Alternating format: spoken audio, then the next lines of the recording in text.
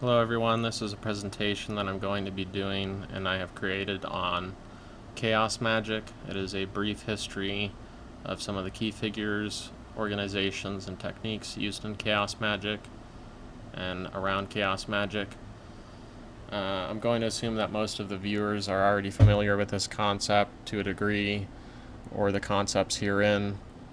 If not, I will do my best to break them down. So let's get into it.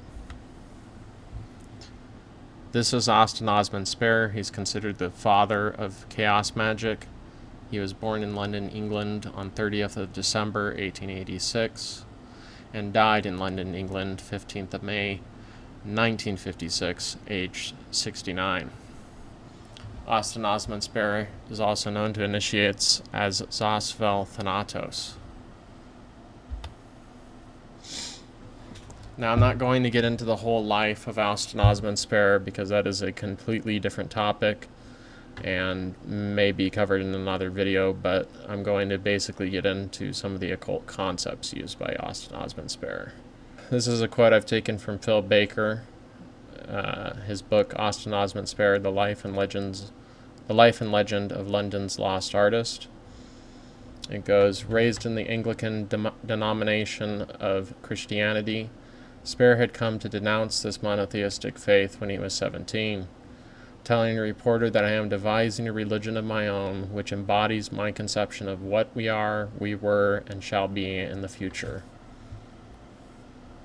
And this statement, embodies basically the entirety of Austin Osman Spare's work, in my opinion. Some of the occult concepts used by Austin Osman Spare include atavistic resurgence, sigil magic, altered states of consciousness through induced delirium. Now, I'm going to break those three down here, starting with atavism. This is the definition of atavism from Merriam-Webster. It goes, recurrence of or reversion to a past style, manner, outlook, approach, or activity. Atavism derives via French from Latin atavis, meaning ancestor.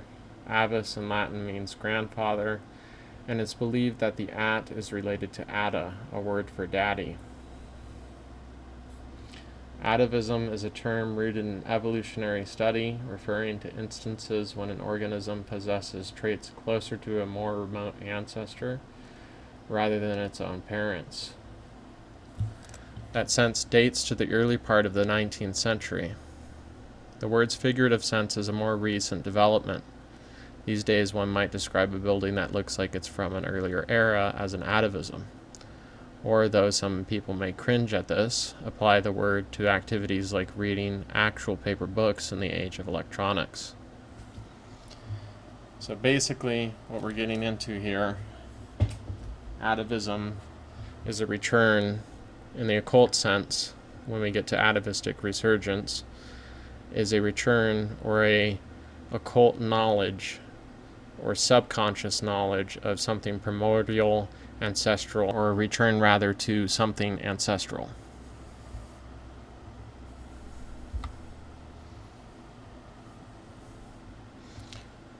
Now, atavistic resurgence, this is a quote I've taken from Kenneth Grant's Hidden Lore Hermetic Glyphs. It goes, atavistic resurgence, a primal urge towards union with the divine by returning to the common source of all, is indicated by the backward symbolism peculiar to all Sabbath ceremonies, as also of many ideas connected with witchcraft, sorcery, and magic. Whether it be the symbol of the moon presiding over nocturnal ecstasies, the words of power chanted backwards, the back-to-back dance performed in opposition to the sun's course, the devil's tail, are all instances of reversal and symbolic of will and desire churning within and down to subconscious regions, to the remote past, there to surprise the required atavistic energy for purposes of transformation, healing, initiation, construction, or destruction. Let's see. The atavistic resurgence, again, is something that is, in a Austin Osman Spare's case, a return to something primordial or ancestral through a type of subconscious ordeal or way of thinking, or action, rather. Sigil magic.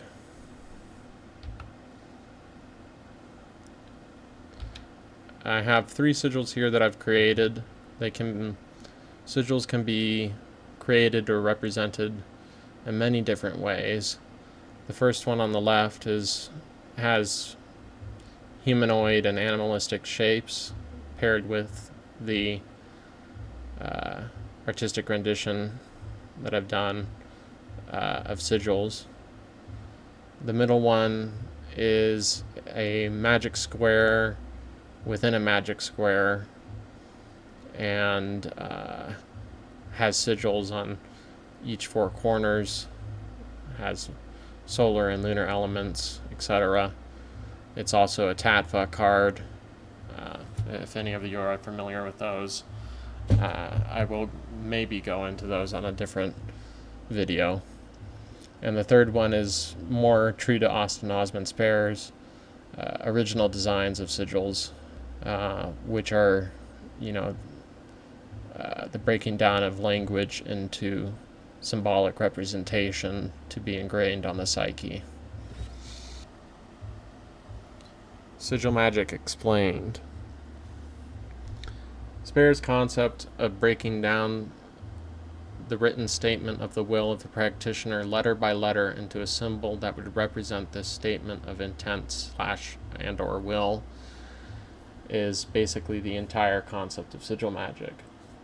The sigil would then be empowered by a state of self-induced gnosis, delirium, or state of non-being on part of the practitioner, which would allow the statement of the will of the practitioner, as represented by the created symbol, to be ingrained on the psyche of the individual practicing, which would then thus render results.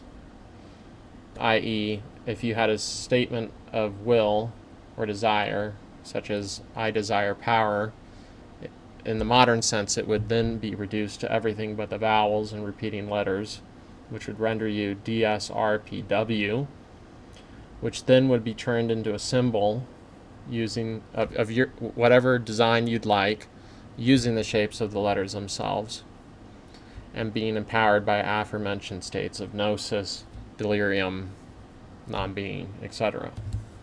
Or you can also, I would say you would also be able to form sigils through atavistic resurgence as well. Now the altered states.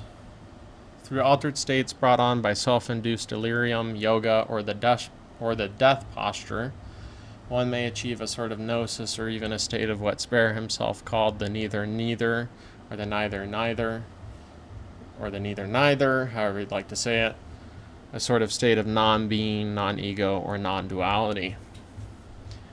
These states may be utilized for atavistic resurgence, art, sigil magic, and more.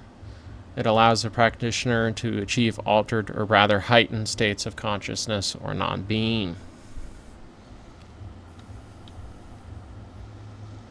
These states that I'm speaking of, like I said, can be used for atavistic resurgence, art, sigil magic, and more, and were heavily used by Austin Osman Spare in his own work to create the pieces that he created, and the religion, really, or non-religion, that is Chaos Magick, that he devised.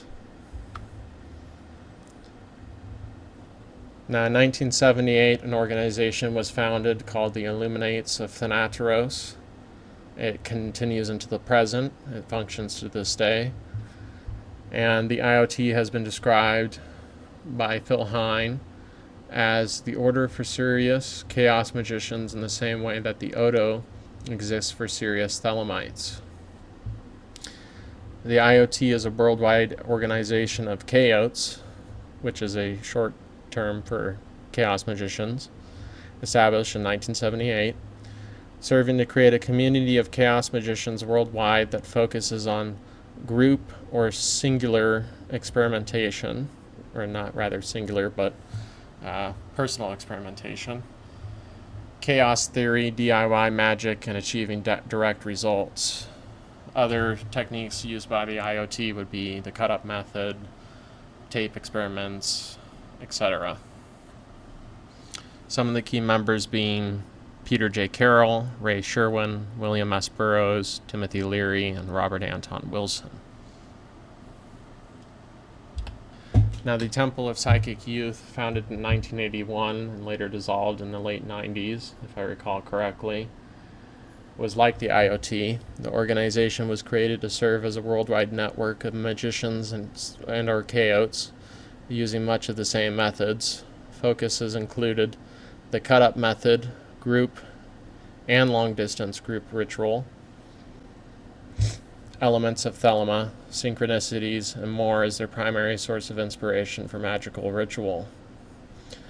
Founded by Genesis Breyer Peorage, and much like the IoT and similar chaos organizations formed at earlier dates, they served as a sort of pre-internet, before the existence of the internet, to share experience, results, ideas, and to bring together practitioners. Now, the Temple of Psychic Youth, or the Temple of Psychic Youth, however you'd like to say it, has a book of their own called the Psychic Bible, or the Psychic Bible, also by Genesis Breyer Peorage. Another topic for another video. And in that book, you can find one of their main rituals is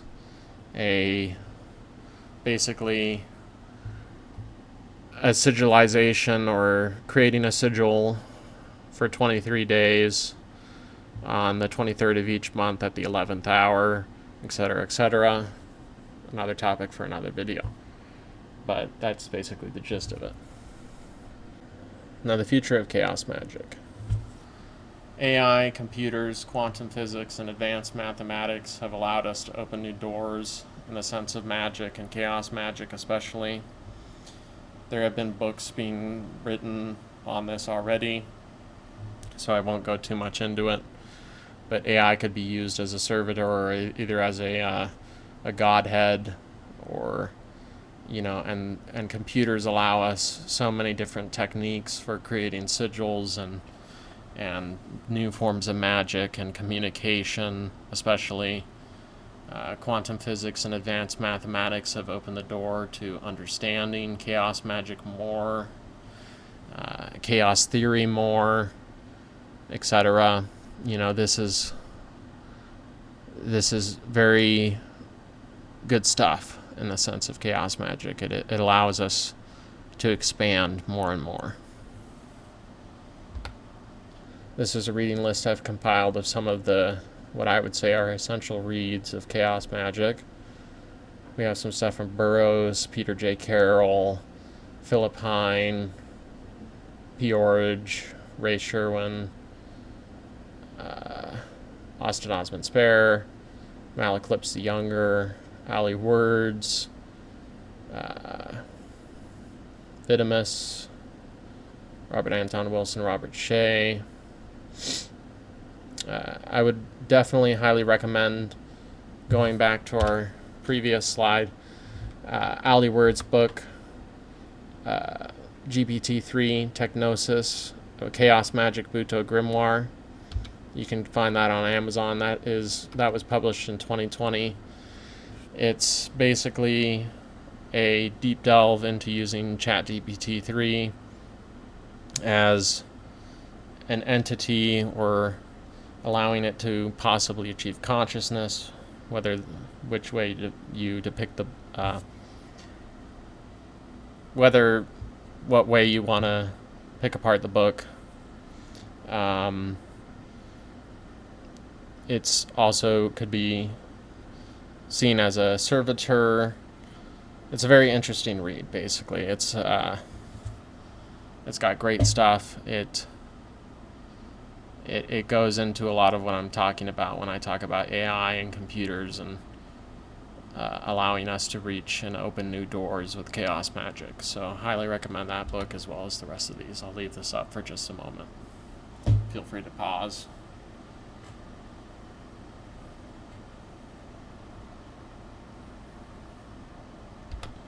Okay, and my conclusion would be that Chaos Magick, being a fairly new form of magic, but also possibly a very old form of magic, looking, depending on which way you look at it, allows us to open doors and achieve new states of consciousness, explore in our own ways a DIY sort of magic through sigils, cut-up methods, cassette tape recorder experiments, or even digital voice recorder experiments nowadays. There are many different ways of applying this concept of Chaos Magick. It's like I said, it's basically a do-it-yourself religion and or non-religion and or do-it-yourself magic. You can basically go about any way of doing it. It's a lot like, if I were to describe it, it's almost a lot like Aleister Crowley in the way that he brought over all sorts of types of knowledge and accumulated them into one new form of knowledge. But this is more on a personal basis and aspect of that. It's something that you create on your own, and in my opinion, it's something you create on your own and are initiated into on your own, and you find your own way of reaching higher consciousness or lower consciousness, which one you want, and applying that in certain different ways. So that's really all I have to say for now. Thanks for watching. Stay tuned.